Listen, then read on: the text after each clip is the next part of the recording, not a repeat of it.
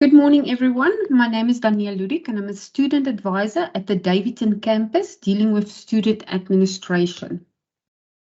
There's a range of services that the student administration department in the region offers.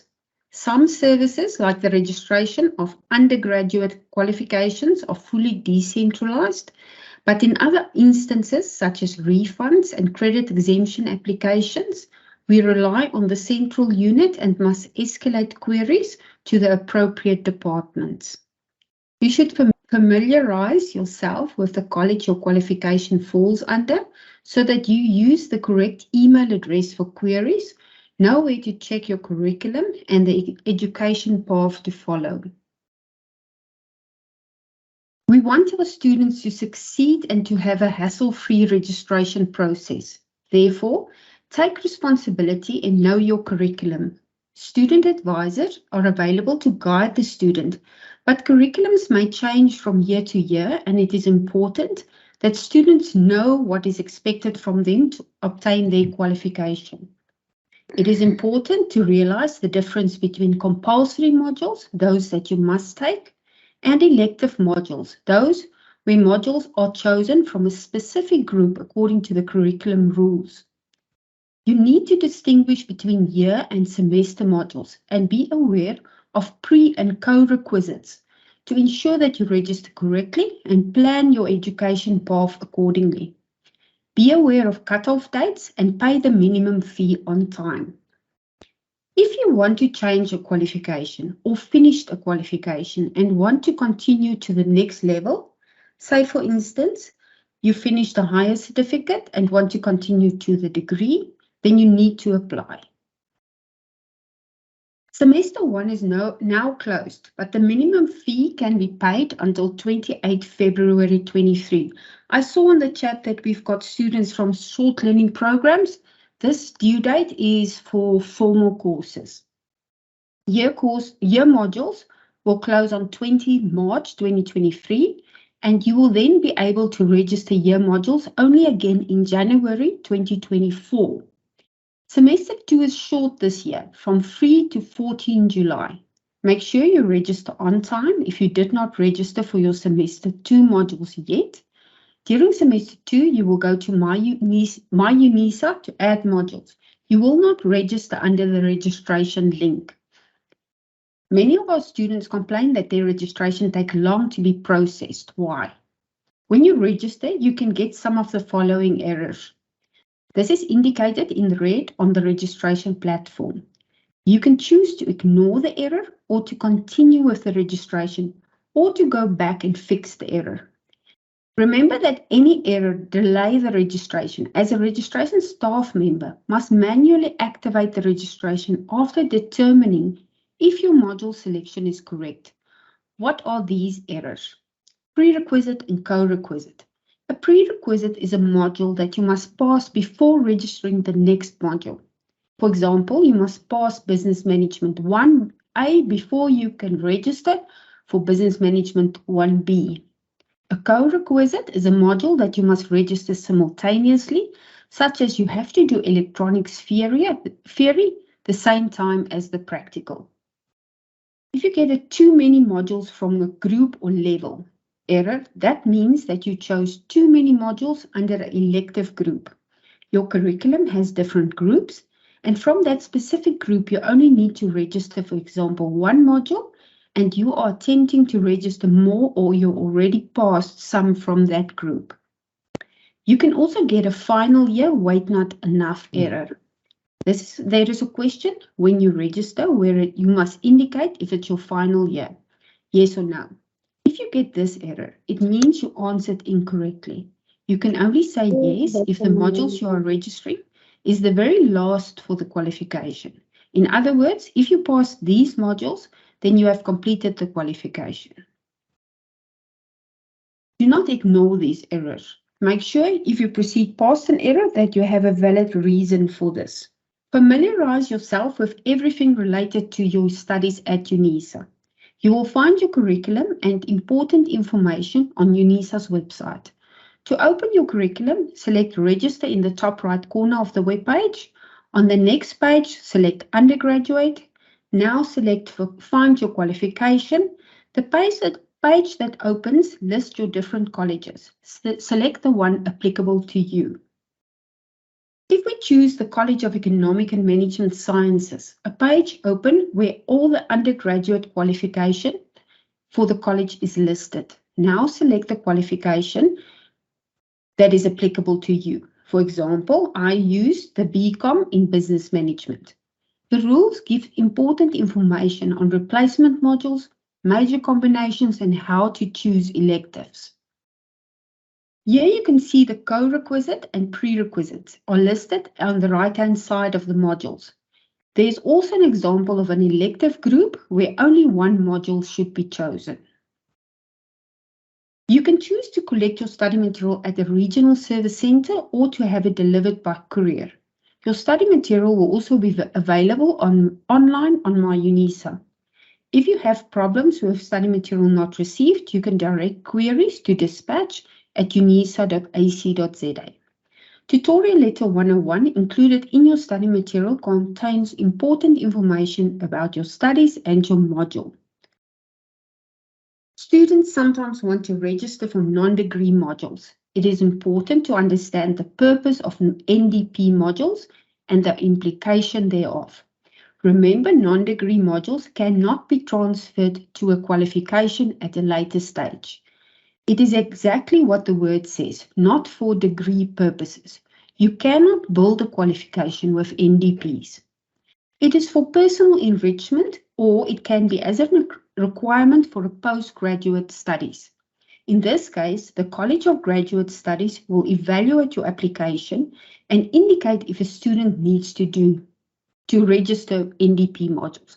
So they evaluate your application, for instance, for honours, and then they say, okay, you first need to do these undergraduate modules before you qualify for the honours qualification. Another reason is to complete the qualification at another institution. If you only need 1 or 2 modules to complete a degree at another institution, you may request permission from the other institution to complete the modules with UNISA. You must apply for NDP during the application period if this is the case. Make sure when is the cutoff dates for payments and try to adhere to these. Pay on My UNISA, make an EFT, or pay at the FNB ATM. Remember to use your student number and the correct allocation number. You can pay on My UNISA, make an EFT, or pay at the FNB ATM. Remember to use your student number and the correct allocation number if you pay with EFT. You will find the banking details on UNISA's website or on your account statement. You can apply for a refund by completing the application form, and you have to attach the required documents, your ID, proof of payment, and a letter confirming your banking details. You cannot request a refund if a third party paid your account, such as a bursar. Students don't always understand financial suspensions. A student is financially suspended when their account is not settled by the cutoff date for payment. This is an example of an account. Look at what happens when a student is financially suspended. There is an amount credited on the account, so the amount that the student owes becomes less. You can see those that I've highlighted. If you see the first amount under balance, it's 2,786. Then there's a financial suspension. Now all of a sudden the amount that the student owes is 1,671. So there's no fairy godmothers that pays our accounts. This is a suspension, and in the end you will still be liable for the full amount. So when they reinstate that module, whether you request to pay the module and then they reinstate the module, or whether you write exam and then the exam department reinstate the module. In the end, if you continue with the module, you will still pay the original outstanding amount. If a student cancels a module within 10 days from registering it, the student doesn't pay for that module. But thereafter, cancellation dates apply. Make sure of these before you cancel. Before a certain date, you forfeit the minimum payment, and thereafter, you must pay the module in full. If you cancel a module online, it may take some time before the request is processed due to the workload at the colleges, but it will ultimately be done. So we get requests from students that cancelled and then continued with the module and want to reinstate the module once it is cancelled. You must make very sure that you actually want to cancel the module. And once you've requested that cancellation, it doesn't help to continue with the module because the request will ultimately be done or be processed, and we cannot reinstate those modules. Credit exemptions is done online on My UNISA within the credit exemption application period. That normally coincides with the registration period. It is processed by the colleges or by the ad hoc credits department. The student admin department cannot approve credit exemptions but can only escalate queries. If you register and the system indicates possible exemptions or equivalents, you still need to apply for credit exemptions for these modules in order for the module to reflect under your qualification. You must submit an academic record, a conduct certificate, and a syllabi if it's from another institution. Keep in mind that the different colleges have different rules about how long ago a module could have been passed to still be considered for credit exemption. Exemptions will be processed within 12 weeks after the closing date of registration. You can only be credited for a maximum of 50% of a qualification. And there must be an overlap of 80% between the module passed and the one you want to be exempted for. If you failed the module, you cannot apply for credit exemption based on a module passed at another institution or at UNISA before you failed. So once you failed that module and you passed the module that you want to be exempted, want to use for exemption, you pass that module before you fail, then you cannot apply for exemption. If you pass a module after you failed, yes, then you can apply for exemption. There is no credit exemption from short learning programs. A student must follow the RPL route. Okay, common mistakes students make when they communicate with the university is not including their student number. We don't know you, unfortunately. Giving incomplete information, so you don't give a lot of information on what your query actually is, or it's very vague, or it's very a lot of writing, but we can't get the actual problem, actual challenge that you're experiencing, or sending emails from private email addresses. UNISA's rule states that to adhere to the Protection of Personal Information Act, staff are only allowed to communicate with students via a My Life email. Also, if you send someone to inquire on your behalf at one of the offices, please give that person a permission letter, a certified copy of your ID, and they must also bring their ID. This is to protect your confidential information. Knowledge of UNISA's rules and processes will assist you in a successful administrative journey while studying. Rules are available on UNISA's website in a PDF document. These are some important contact details for UNISA and the Gauteng region. It is better to send the query to one of these email addresses than a staff email address, as staff might be on leave or not be able to respond for whatever reason. In this way, the query gets directed to an available staff member to assist.